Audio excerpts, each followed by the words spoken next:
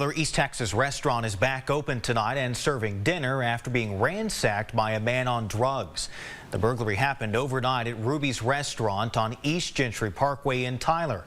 And when workers arrived early this morning, the suspect was still inside. By mid-morning, a Tyler glass company was already boarding up the window broken overnight by a burglar at Ruby's Mexican restaurant. A crime discovered by kitchen staff arriving for work this morning. My employees were walking up. A guy ran out the side door. Workers then saw the window broken near the front door. At that point, manager Miranda Salazar says they called Tyler police.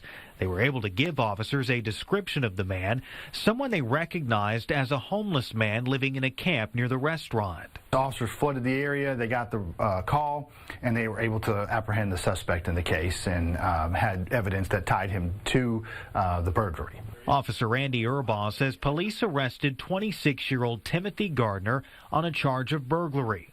Salazar says Gardner admitted to breaking in, saying he was on drugs and had a really bad episode.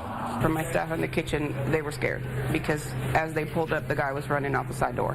And, you know, their safety is what's more important out of everything. So that's what we were really worried about at the beginning. And while you couldn't tell anything had happened inside by mid-morning, Salazar says it was a real mess to clean up.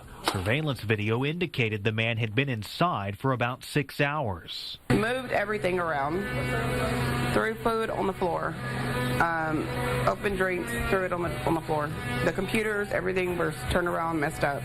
Despite the mess, no one was hurt, and Ruby's was open for most of the day, as these workers focused on boarding up and replacing the broken window. You know, we hope this never happens again. And along with burglary, police also charged Timothy Gardner Jr. with possession of a controlled substance.